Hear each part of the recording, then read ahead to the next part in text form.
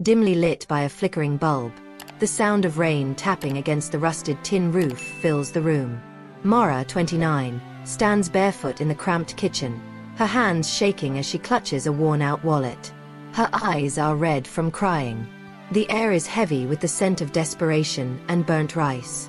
Across the room, Leon, 34, lounges on the couch like a king in his castle, half drunk, shirtless, and smug. His phone buzzes, lighting up with the name, Sandra Redheart. He grins. Leon, $20? You think that's gonna buy you freedom? You can't even buy a decent wig with that.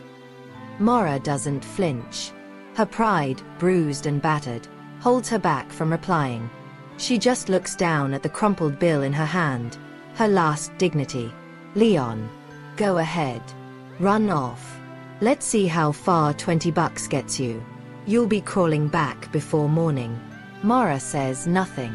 She quietly ties the strap of her small bag, slips on her old sneakers, and walks to the door. As she reaches for the knob, Leon shouts behind her. Leon, don't forget to come back when life chews you up. The door slams. Mara steps off a rickety bus into the chaos of the city. The lights are bright, but her world is still dim. All she owns fits into one duffel bag. Her phone has 12% battery and no data. She breathes deep, looking at the glowing skyline. Mara.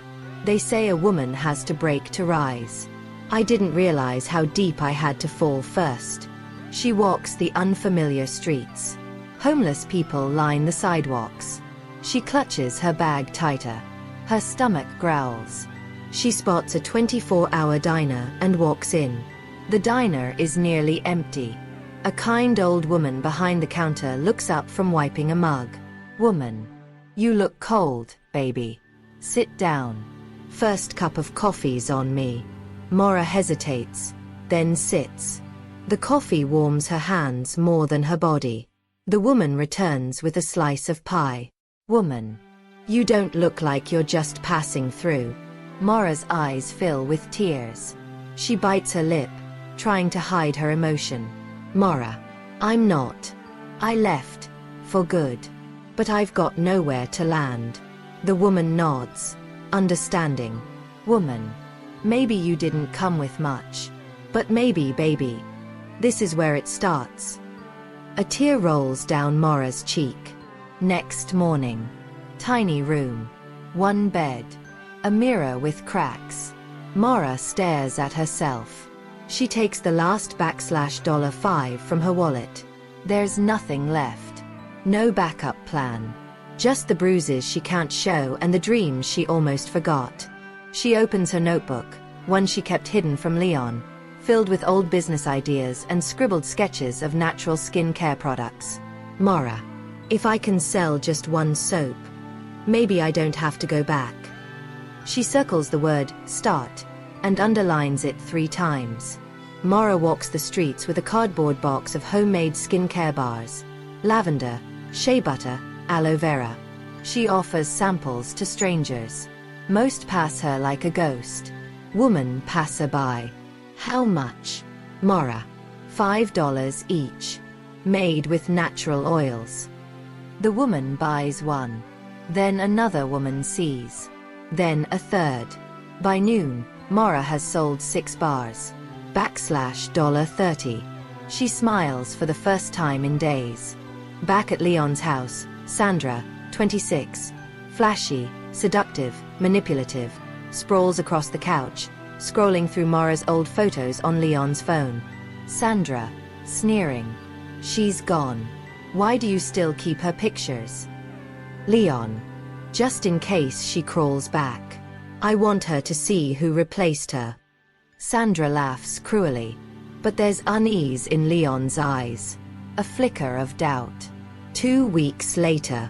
Mara has a small table now. A printed banner, Mara's Organics. Customers gather. Her smile is brighter, her posture confident. She saves every penny. No new shoes. No new clothes. Just raw determination. These are amazing. Do you have a website? Mara pauses. She doesn't. But she will. 6 months later. The air in the warehouse buzzed with energy. Massive machines clanked and whirred in the background as men and women walked briskly between crates of packaged produce and export materials. In the center of it all, standing confidently in a sleek navy suit, was Amara. Her once timid eyes now gleamed with strategy. She held a clipboard, issuing directions to her staff. Next to her stood an elegant woman with graying braids, Mama Ejima, her longtime mentor in the import-export business. Ensure the mango shipment is cleared before customs closes, Amara instructed. And delay the Ghana container by 2 days. We need to renegotiate the rates. A younger assistant hurried toward her. Madam, your 1 p.m. investor Zoom is ready. Amara smiled softly and nodded. Tell them I'll join shortly. Let's make this deal clean. Mama Ejima watched her, arms folded with pride. You've come far, child. Look at you now, your own warehouse, 3 trucks, international clients. Do you remember what you left with? Amara smiled faintly. $20. Just $20 and a whole lot of pain. They both shared a knowing laugh, but underneath it was the pain of betrayal, turned into triumph.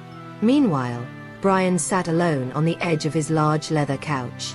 The mansion, once loud with Amara's laughter and clinking cutlery, now echoed in cold silence. Papers were strewn across the coffee table.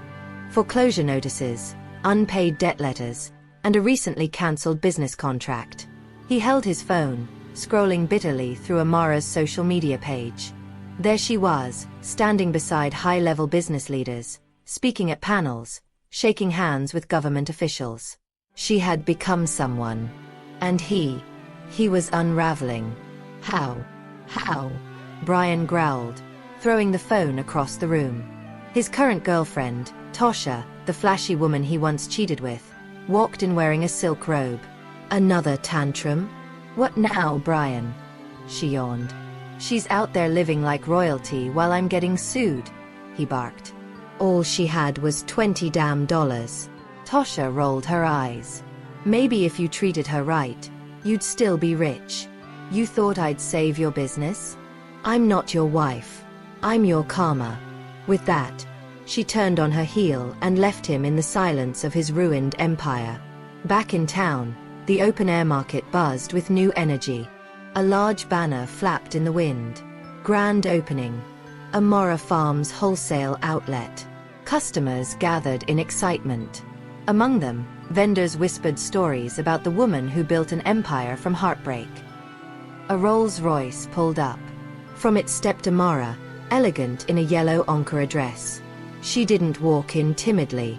She owned the space. Old neighbors gasped.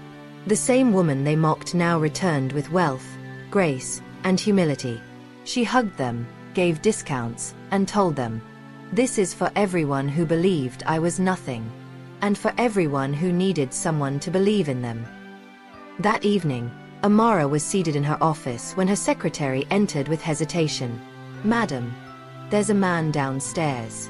He says his name is Brian. He's refusing to leave unless he speaks to you." Amara's hand froze over her laptop. Slowly, she looked up. Her voice was calm. "Bring him in." Moments later, Brian walked in, disheveled, broken. Amara didn't rise from her chair. She simply tilted her head. "What do you want?" Brian's voice cracked. "Amara, I'm sorry. Everything fell apart. Tosha left me. I lost the contracts. The house is under foreclosure." He dropped to his knees. "Please, help me. Teach me what you did. Let's start again." Amara stood slowly. Her presence was regal now. "Start again," she echoed. "You laughed when I left with $20. Do you remember?" Brian wept openly. "I didn't know what I had until I lost it." She leaned close. "Now you know what it feels like to be discarded. The difference is, I didn't come crawling back." Brian sat on the office floor, sobbing. Amara walked to the window and looked out at her booming warehouse. She turned back and said firmly, "I forgive you, Brian. But I don't need you anymore." As security entered to escort him out, she added, "You were my lesson, not my destiny." Weeks later, Amara stood under glowing lights in a luxurious banquet hall. She had just received the Entrepreneur of the Year award. Camera flashes filled the room as she gave her speech. 6 months ago, I left with nothing but pain and $20.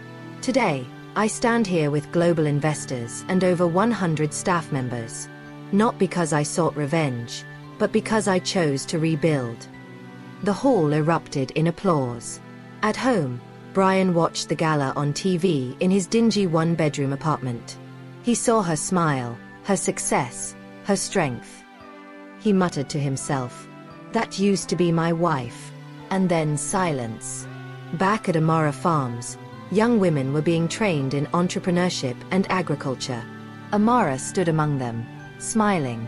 One girl asked, "Ma, what made you start this?"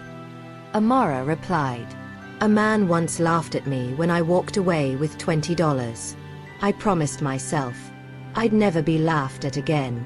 She turned to the camera with a glint in her eye. "And I didn't just rebuild my life. I became the storm they thought would drown me."